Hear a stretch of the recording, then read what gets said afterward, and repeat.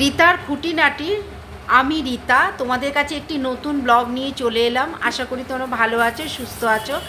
আমিও তোমাদের ভালোবাসায় খুবই ভালো আছি। আজকে সকাল সকাল ঘুম থেকে উঠে পড়েছি, কারণ কি বলো তো, আজকে দেখলাম বেশ ভালো রোদ উঠেছে। আর এতদিন বর্ষা হয়েছে, সমস্ত ঘরের বিছানা জামা কাপড় কেমন স্যাঁতস্যাঁতে হয়ে আছে, সেগুলোকে ছাদে গিয়ে রোদ্দুরে দেব। আর ভাদ্র মাসে জামা কাপড় একটু রোদ্দুরে দিতে হয়, কিন্তু এবার আর রোদ পেলাম না। যাই হোক, কিছু করার নেই, সেগুলো আশ্বিন মাসেই দেবো, আর কি করা যাবে। আজকে বেশ ভালো রোদ উঠেছে, আর সমস্ত বিছানা আমি ছাদে একটু চাদর পেতে সমস্ত বিছানা বালিশ এগুলো দিয়ে এসেছি। আর কিছু জামা কাপড় আজকে কাচবো, কেচে ওগুলো ধুয়ে দেবো। বর্ষার জামা কাপড় একটু রোদে দেওয়া ভালো। তো সকালবেলা সমস্ত কাজ করে নিয়ে 2 কাপ চা নিয়ে চলে গেলাম বারান্দায়। তোমাদের দাদাভাই আর আমি চা খেলাম। তো তোমাদের দাদাভাই আবার অফিসে যাবে, তার জন্য রান্না করতে হবে। আর দেখো, কুমড়ো কাটতে বসে গেছি। তোমাদের দাদাভাই না কুমড়ো ভাজা খেতে ভীষণ ভালোবাসে, তাই কুমড়োর তরকারি একটু করে দেবো বা ভাজবো, দেখা যাক কী করি। কুমড়োগুলো কেটে নিই, তারপরে ভাজবো না তরকারি করব জিজ্ঞেস করে তারপরে করব।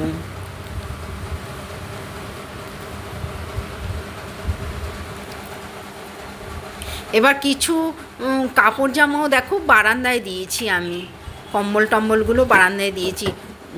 বারবার ছাদে যাওয়াটা খুব মুশকিলের ব্যাপার, যেহেতু রান্না বসিয়েছি। এদিকে আবার ওয়াশিং মেশিনে জামা কাপড়ও দিয়েছি, যে রোদ দেখে খুব আনন্দ লাগছে। এদিকে রোদে জামা কাপড়ও দিয়ে এসেছি, আবার জামা কাপড় কিছু ওয়াশিং মেশিনেও ভিজিয়েছি। সেগুলো কেচে ধুয়ে এবার ছাদে মেলে দেবো। তারপরে স্নান করে খেয়ে দিয়ে নিলেই সংসারের সমস্ত কাজ যেন শেষ হয়ে যায়। দেখো, সব জামা কাপড় ছাদের থেকে তুলে নিয়ে আসলাম শুকনোগুলো, আর ভেজাগুলো এখন আবার দিয়ে আসলাম। এগুলো আবার বিকেলবেলায় তুলে নিতে হবে।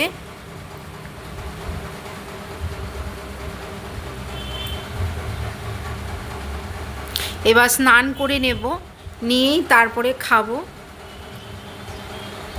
সকালবেলা যেহেতু ভাত করি না, একটু ভাতটা না আমি একটু ওভেনে একটু গরম করে নিই। ঠান্ডা ভাত একদম খেতে ইচ্ছে করে না, তাই একটু ভাতটা ওভেনে গরম করে নিলাম, নিয়ে এবার খেতে বসে যাব।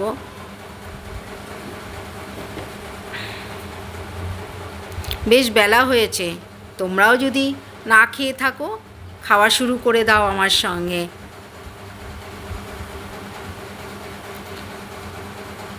ব্লগটা তোমাদের কেমন লাগলো কমেন্ট করে জানিও। ভালো লাগলে লাইক কমেন্ট শেয়ার করে দিও। আজকের মতো আসি, কালকে আবার নতুন ব্লগে দেখা হবে।